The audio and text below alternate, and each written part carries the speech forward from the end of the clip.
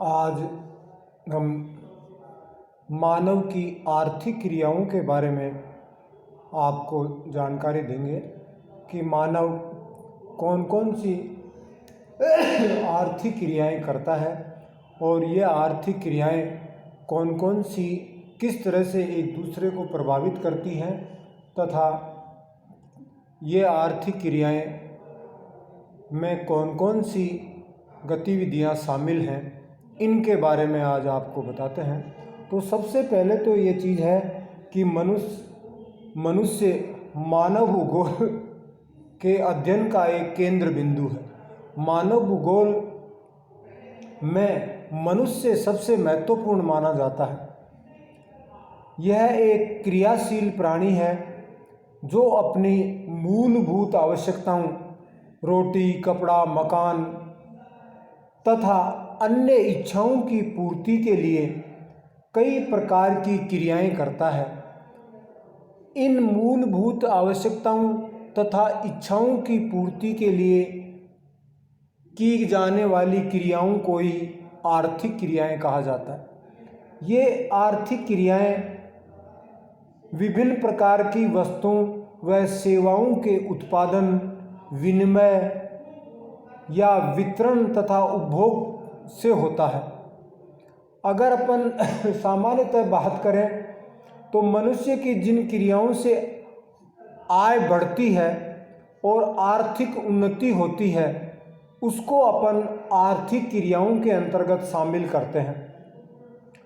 मनुष्य की आर्थिक क्रियाएं में मुख्य रूप से जैसे प्राथमिक क्रियाएं, द्वितीयक क्रियाएं, तृतीयक और चतुर्थ क्रियाएं सबसे महत्वपूर्ण मानी जाती हैं। अब मनुष्य को इन आर्थिक क्रियाओं को करना परम आवश्यक है। बिना आर्थिक क्रियाओं के मानव का विकास, मानव की मूलभूत आवश्यकताएं तथा उनकी इच्छाओं की पूर्ति संभव नहीं हो सकती। अगर अपन बात करें कि मानव के प्राथमिक व्यवसाय की बात करें या प्राइमरी एक्टिविटीज़ कि मानव का प्राथमिक व्यवसाय कौन सा है, उसके बारे में अगर अपन बात करें तो मानव का प्राथमिक व्यवसाय के अंतर्गत जिन क्रियाओं में मनुष्य प्रकृतिदत्त संसाधनों का सीधा उपयोग करता है कि ऐसे कार्य जिसमें मनुष्य प्रकृति के द्वारा प्राप्त संसाधनों का सीधा उपयोग करता है तथा अपनी आवश्यकताओं और इच्छाओं की पूर्ति करता है, प्राथमिक संसाधन के अंतर्गत या प्राथमिक क्रियाओं के अंतर्गत आते हैं।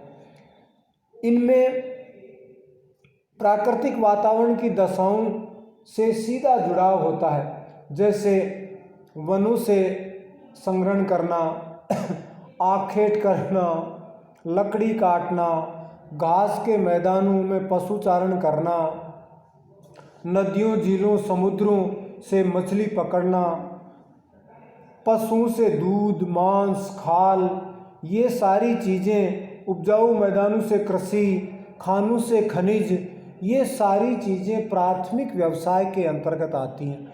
अर्थात जो भी प्रकृति के द्वारा अपन को संसाधन दिए गए हैं उनका मानव सीधा उपयोग करता है, वो प्राथमिक व्यवसाय के अंतर्गत आते हैं। अगर अपन बात करें जैसे वन है, वनों से अपन बहुत सी चीज़ें या संग्रहण करते हैं, प्राथमिक व्यवसाय में के अंतर्गत आएंगी। वनों से अपन आखेट शिकार करते हैं, लकड़ी काटते हैं, घास के मैदानों में अपन पशुचारण करते हैं, पशुओं से अपन मांस, दूध, खालें आदि प्राप्त करते हैं, मैदानों से अपने फसलें प्राप्त करते हैं या फसलें उगाते हैं, खानों से अपन सीधा खनिज प्राप्त करते हैं। ये सारी चीज़ें प्राथमिक व्यवसाय के अंतर्गत शामिल की गई। अगर अपन यूँ करें, विश्व के लगभग सभी भागों में प्राथमिक व्यवसाय करते हैं वैसे, परंतु जो विकासशील महाद्वीप हैं या विकासशील देश हैं उनमें ये व्यवसाय ज़्यादा किया जाता है।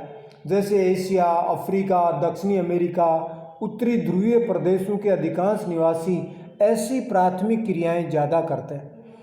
अधिकांश प्राथमिक क्रियाएं सरल परंपरागत और आदिवासी आर्थिक सामाजिक संरचना की प्रतीक मानी जाती है, क्योंकि अधिकांश प्राथमिक क्रियाएं घर के बाहर खुले में की जाती हैं। इन क्रियाओं में व्यस्त व्यक्तियों को लाल कॉलर कार्यकर्ता या रेड कॉलर वर्कर के नाम से जाना जाता है।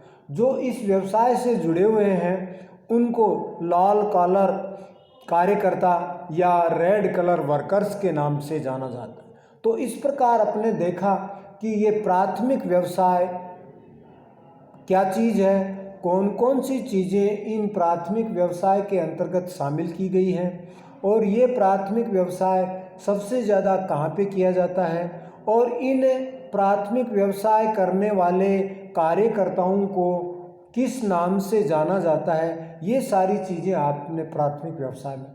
दूसरी क्रियाएं की बात करें अपन तो द्वितीय क्रियाएं या सेकेंडरी एक्टिविटीज़ की बात करें तो इन क्रियाओं में प्रकृति के द्वारा जो भी प्रदत्त संसाधन हैं उन संसाधनों का सीधा उपयोग नहीं किया जाता, बल्कि उन्हें साफ, परिष्कृत अथवा परिवर्तित करके इनका प्रयोग किया जाता है। कि प्रकृति के द्वारा जो भी अपन को संसाधन प्राप्त हैं उनमें परिवर्तन करके या उसमें परिष्कृत करके या थोड़ा बहुत उसमें साफ सफाई करके अपन उसका उपयोग लेते हैं, तो वो द्वितीयक व्यवसाय के अंतर्गत आता है।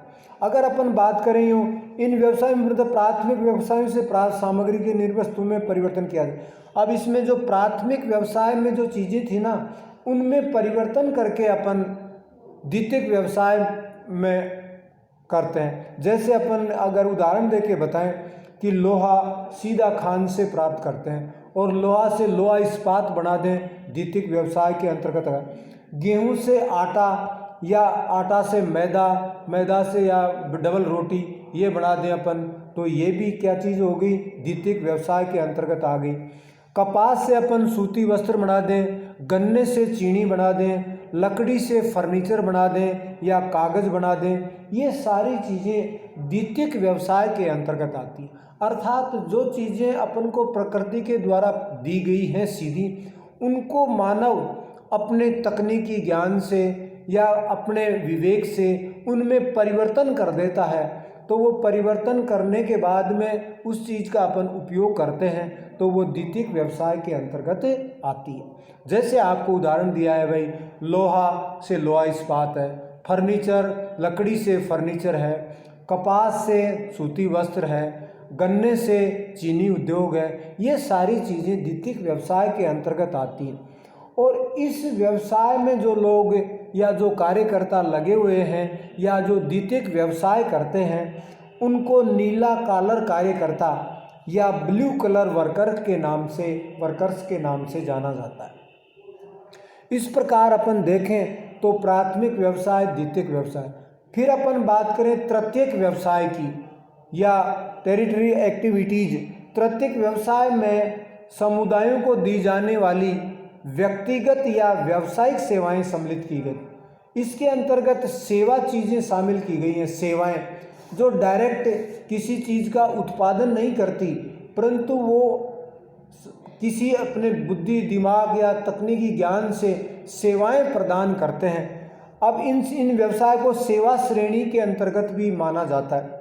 जैसे यातायात है, संचार है, व्यापार, स्वास्थ्य, शिक्षा, प्रशासन, ये सारे तृतीयक व्यवसाय के अंतर्गत आते हैं। एक बार दोबारा बताएं, जैसे यातायात, संचार की व्यवस्थाएं, व्यापार, स्वास्थ्य, शिक्षा तथा प्रशासनिक सेवा, ये सारी तृतीयक व्यवसाय के अंतर्गत आती हैं।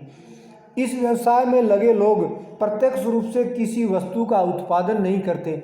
ये आपको भी मालूम है भाई, किसी चीज़ का ये डायरेक्ट उत्पादन नहीं करते, बल्कि अपने कार्य कुशलता व तकनीकी ज्ञान से समाज की सेवा प्रदान करते हैं। तृतीयक क्रियाओं में करने वाले व्यक्तियों को गुलाबी कॉलर कार्यकर्ता या पिंक कलर वर्कर्स के नाम से जानते हैं। तो इस प्रकार आपने देखा कि तृतीयक व्यवसाय में सारी चीज़ें सेवाओं के रूप में की जाती हैं, जो डायरेक्ट किसी चीज़ का उत्पादन नहीं करते, परंतु अपने विवेक से, अपने तकनीकी ज्ञान से, अपने कौशल से समाज की बहुत सी सेवाएं प्रदान करते हैं और उनको अपन प्रत्येक व्यवसाय या पिंक कलर वर्कर्स के नाम से अपन जानते हैं। इसके बाद में अगर अपन बात करें तो चतुर्थ क्रियाएं आती हैं। इन चतुर्थ क्रियाओं के अंतर्गत प्रत्यक्ष सेवाएं, चतुर्थ व्यवसाय, इसमें अनुसंधान है, रिसर्च हुए, शिक्षण, नेतागिरी, प्रबंध आदि चतुर्थ व्यवसाय के अंतर्गत आती हैं।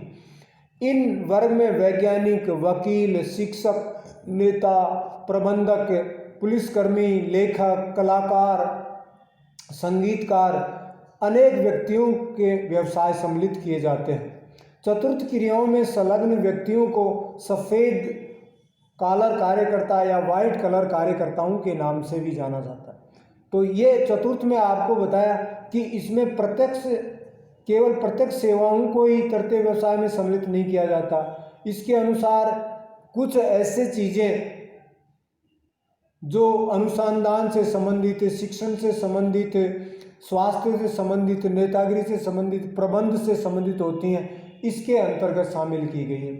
और अगर लास्ट में अपन पंचक क्रियाओं की बात करें तो कभी कभी एक अन्य प्रकार की मान जिन्हें पंचक क्रियाएं, इन क्रियाओं में व्यस्त लोगों की संख्या बहुत ही कम होती है। ये बहुत ही कम संख्या में होते हैं तथा इनमें सरकारी व गैर सरकारी सेवाओं में लगे उच्च कोटि के अधिकारी, प्रबंधक या शोधकर्ता, कानूनी अधिकारी, वित्तीय सलाहकार, उच्च कोटि के परामर्शदाता इसके अंतर्गत आते हैं। जितने भी ये प्राइवेट कंपनियां हैं उनके सीईओ जो बहुत ही